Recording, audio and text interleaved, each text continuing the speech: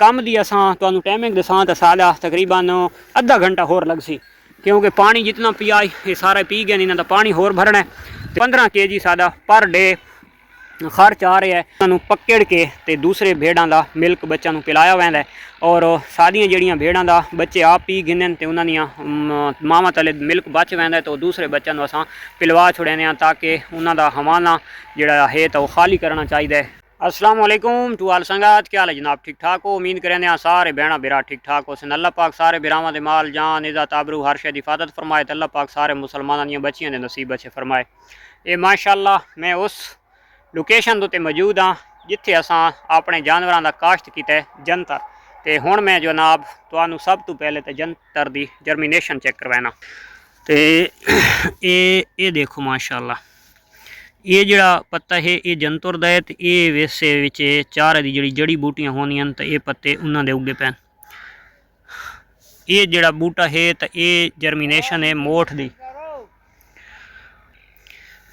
ये माशाअल्लाह जनाब जर्मीनेशन देखो तकरीबन टोटल अल्हम्दुलिल्लाह क्लियर हो चुकी है। और हुण तुसां जनाब ये देखना है कि उस पासों सानू जानवर वलावण की कोई टेंशन नहीं, इस पासों वलावण की कोई टेंशन नहीं। असां जेड़े पासों ख्याल करना है खासकर वो परली साइड ते ख्याल करना है जानवरों का, और इस साइड दे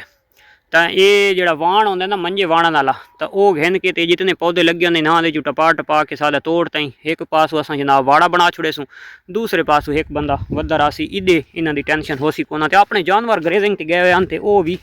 वापस आते पैन। तो इस वारी तो इंशाअल्लाह ना इन्हों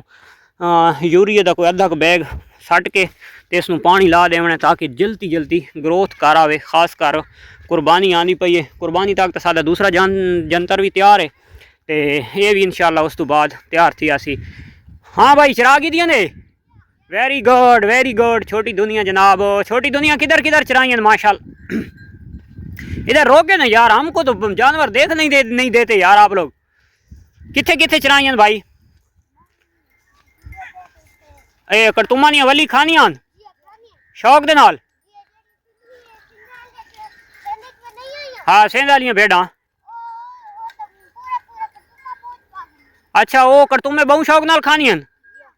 अच्छा दोस्तों जिस चीज़ की ये बात कर रहे थे ना, सब तो पहले मैं अपने दोस्तों को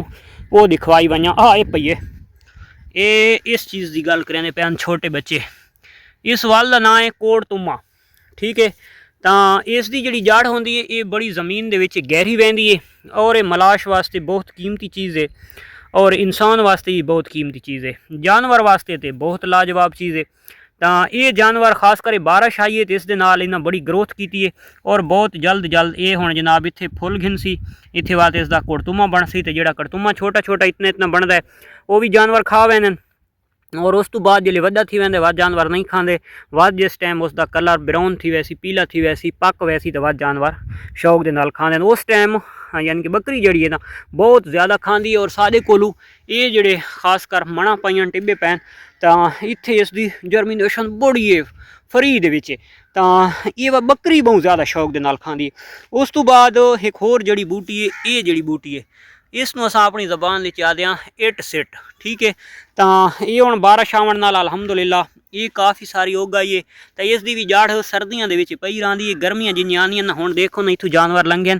इस जगह तो खा गए, ये दे गए इत्थों खा गए इसनों, ये इस दे अगू टोक के खा गए। ये जड़ी पई है वाते जोर लैसी इसकी हुण ये तंद बची पई है, ये दूसरियां तंदा जानवर खा गए। तो उस तो बाद बारिशां दे नाल छोटी छोटे होर ये चारे की जर्मीनेशन हो रही है। ये देखो तो ये जनाब जड़ी बूटियां सारियां उगा सन, तो इन्हों जानवर बड़ा शौक के नाल खासी। तो ये जड़ा तो इस पास ज़्यादा बंदा ये खाले दी नहीं आवन देंदा, वरना ये जड़ियाँ जितनियां वल्लां पईयां तो ये खा वंजना, क्योंकि इस दे विच वात इन्हां दे पैरां नाल मिट्टी वहंदी है, तो खाला खटना बड़ा सारा मुश्किल बन वैंदा है। तो जानवर यानी कि शाम टाइम जिस टाइम चार के आने तो इन्हों हल्की जी डाइट है ना, यानी कि खुश्क डाइट मिस्सा यानी कि चने का भूसा तो सारे कोलू होंदा है, तो वो थोड़ा थोड़ा इन्हों शाम टाइम बिल्कुल हल्का फुल्का मिल वैंदा है। तो ये जितने जनाब तुसां दे पे पौधे तो ये असां शरीं दे बूटे लाया, तो ये अलहमदुलिल्लाह तकरीबन सारा दी तकरीबन जर्मीनेशन हो गई है, तो माशाअल्लाह चल गए। ये देखो इस जगह तो ये टुट गई है, ये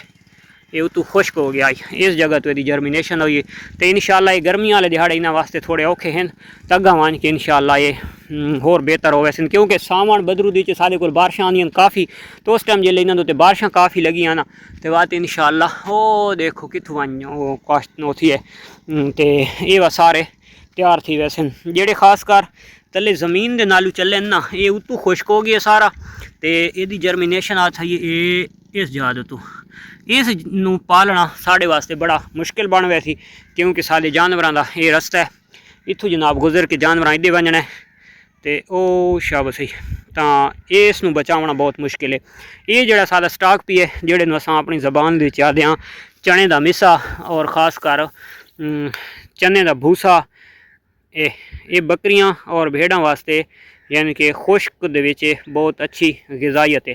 तो बहुत कीमती चीज़ है तो ये जानवर सादे हुण भी ये चीज़ भी नोश फरमाइंदे पे हुसन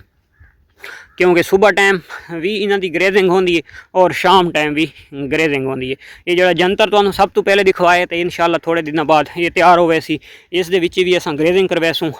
होर जंतर जड़ा तैयार है तो उत्थे जानवर वंजण दा यानी कि रस्ता कोनी तो वो जानवर असां यानी कि जंतर कप के मशीन दे नाल कुतर के ते वत वो यानी कि इन्हां नूं पैंदे रहने आ लेकिन वो इतनी ज़्यादा नहीं हो थोड़ा है तो वो यानी कि इन्होंने थोड़ा थोड़ा मिलता रहा है तो ये जेडे खासकर तुम हुण देखगे ना ये जी चीज़ मिल गई है तो ये वह चीज़ है ये जी चीज़ का मैं उत्थे तुहानूं स्टाक दिखांदा पिया तो जानवर अलहमदुलिल्लाह खांदे पैन क्योंकि ये छोटी दुनिया हुण मिल्क पिलाया वैसी